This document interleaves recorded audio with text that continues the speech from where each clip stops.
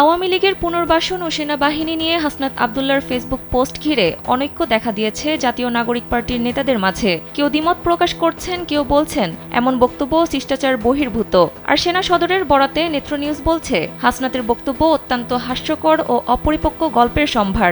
শুধু তাই নয়, সামাজিক যোগাযোগ মাধ্যমে দলের শীর্ষ নেতারা প্রকাশ্যে দেখাচ্ছেন এর প্রতিক্রিয়া। তাতে কিছুটা ইমেজ সংকটেও পড়তে হচ্ছে তাদের। গণ অভ্যুত্থানের মুখে শেখ হাসিনা ভারতে পালিয়ে যাওয়ার সঙ্গে সঙ্গে আড়ালে চলে গেছে দেশে আওয়ামী লীগের প্রকাশ্য রাজনীতি।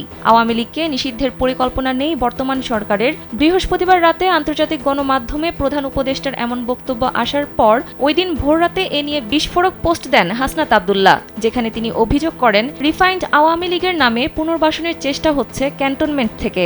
যমুনা ইলেকট্রনিক্স ঈদে ডাবল খুশি অফার সিজন 3, যে কোনো পণ্য কিনলেই পাচ্ছেন নিশ্চিত ঈদ উপহার।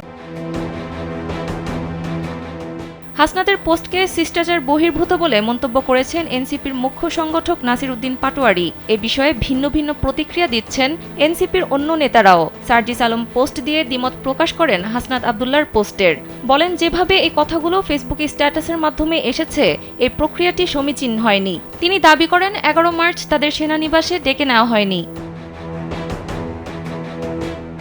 হাসনাত ও সার্জিসের কথায় মিল না থাকায় সার্জিসের পোস্টের কমেন্টে দলের আরেক নেতা হান্নান মাসুদ বলেন, হয় হাসনাত না হয় সার্জিস, যে কোনো একজন এ বিষয়ে মিথ্যা বলছেন।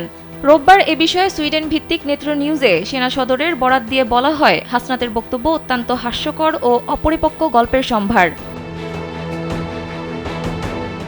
এসব বিষয় নিয়ে অধ্যাপক মাহবুবুল্লাহ বলেন, বাংলাদেশের 53 বছর আর আগের পাকিস্তান আমল 60-এর দশক দীর্ঘ এই পথ পরিক্রমায় রাজনীতিকে খুব কাছ থেকে দেখেছেন। তার মতে, যে কোনো গণ অভ্যুত্থান পরবর্তী এমন ছন্দপতন হতেই পারে, তবে যে সুযোগ এসেছে 24-এ তা যেন হাতছাড়া না হয়, সেজন্য ঐক্যের বিকল্প নেই বলেছেন এ রাজনৈতিক বিশ্লেষক। সংশ্লিষ্টরা বলছেন, দলীয় ফোরামে আলোচনা না করে নিজেদের মতো ফেসবুকে স্ট্যাটাস দিয়ে দলটির ক্ষতি করছেন নেতারাই। সানজিদা ইসলাম, কালবেলা।